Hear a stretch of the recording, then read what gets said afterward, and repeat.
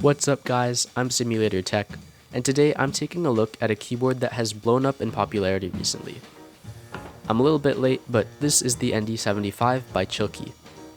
I've seen a lot of reviewers praising this board for offering an amazing price to performance proposition, so I wanted to see for myself how it stacks up. And this video is sponsored by PCBWay. Whether you're a seasoned professional or a beginner, PCBWay has you covered with their high quality PCB fabrication and assembly, as well as CNC machining, 3D printing, sheet metal fabrication, and more. I have personally used PCBWay several times in the past to have stuff prototyped, and I can say that their turnaround time is very fast, and their customer service is top notch. So if you're interested in having a keyboard or anything else fabricated, check out PCBWay in the link in the description. I was sent this board for free to review, but I will give only my honest thoughts and opinions. Coming in at roughly $100 for the assembled version that I have, this board would be considered very entry level, yet it offers an aluminum case with many features found in much more expensive boards. As we can see, it's a 75% unexploded layout. It all looks good, except I'm not a huge fan of the 2-unit top right cluster. My unit is the pure white colorway, which is the only E-coated color. The others are anodized. Externally, the finish is very smooth and, from what I can see, flawless. We have some nice chamfered edges and a simple box on wedge side profile. On the right is a vertical 2-unit LCD screen, which can be controlled by proprietary software and hotkeys. The main external feature that piqued my interest when I saw this online was the machined weight.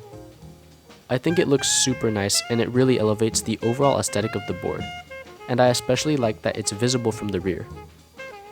The only other feature on the back is the no-stick feet. Let's check out what's going on inside. This board utilizes a ball catch system, which makes disassembly super fast. Just don't forget to disconnect the ribbon cable for the screen. So at first I thought you had to disconnect the ribbon cable to remove the assembly, but it turns out that you can actually just pull the little connector off the bottom. I'll show you later in the video once I realized. Now I wanted to take a closer look at this bottom case, particularly the weight on the back, since I didn't know what it was made of or how thick it was. Under it are the two 1800 mAh batteries and the USB-C daughter board. I believe the weight is made of aluminum since it's not heavy at all, but it's not as thin as I expected. The problem with many cheap aluminum keyboards is they need a force break mod to minimize case ping. This board has built-in force break mod using these little silicone things on the corners, and unlike some boards, this one actually works. Alright, let's check out the assembly. First are the keycaps. The one included on my board are cherry profile made of double shot PBT. They're very crisp and are reasonably consistent considering the price of the board. The switches included on my board are the Gateron EF Dopamine Blues. Weird name, right? They're pretty vanilla with a polycarb top, nylon bottom, and long palm stem, with a snappy 22mm dual stage spring. It's very hard to praise switches nowadays since it feels like almost every switch is good, but these switches hit all the bases. They sound super clean with basically no scratch or ping from what I could hear, and they feel very snappy due to the spring, which is my favorite part. They also have clean bottom and top outs that are pretty poppy. The plate is a bog standard polycarb plate, and there are a lot of flex cuts which I'm not a huge fan of. The included stabs are plate mount, and I think they're pretty good. Of course, this keyboard comes out of the box with a bunch of foams, including a PE sheet, this clear sheet which I think makes the sound a little poppier, but I don't really know what it does to be honest, and some pour-on plate foam. Now you're probably asking yourself, no case foam? Dude, of course there's case foam. My main frustration with this board, in fact, is the rear case foam is adhered so strongly to the back of the PCB that it's literally impossible to remove. I tried and the foam just like rips apart, so I guess it's a permanent feature. For the PCB itself, there are two options. One is the 1.2mm meme cut PCB, and the other is the based GigaChad 1.6mm non-flex cut one that I have here. Not too much to mention honestly, it has south-facing hot swap sockets with perky RGB, and it supports 2.4 GHz and Bluetooth.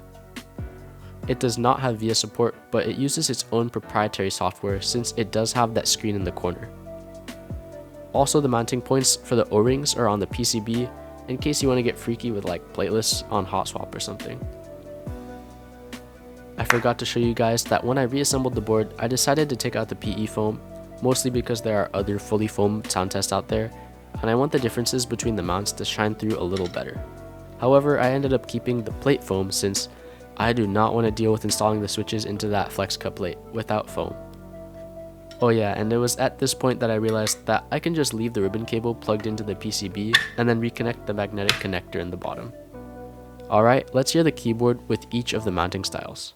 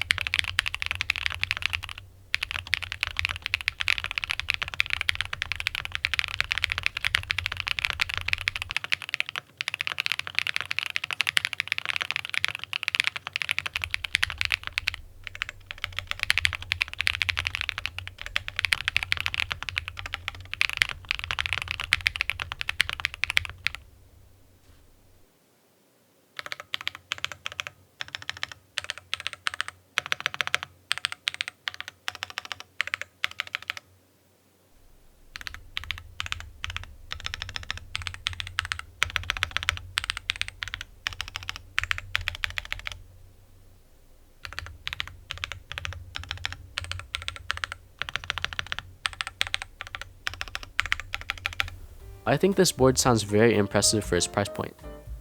In terms of differences between the mounting styles, there really isn't a crazy difference between the three. I'd argue that plate mount provided the deepest sound with a nicer sounding spacebar than the other two, but the others had maybe a little bit more pop in the alphas. Between the weird O-ring mount and the dumbbell gaskets, I didn't really hear any huge differences, except maybe the O-ring configuration was a smidge higher pitched. Ultimately, I think it sounds great in all three configurations, and since the amount of flex didn't really change due to the flexibility of the assembly, it's kind of hard to go wrong with any of them. Now, if you were to run no foam, it would probably yield greater differences.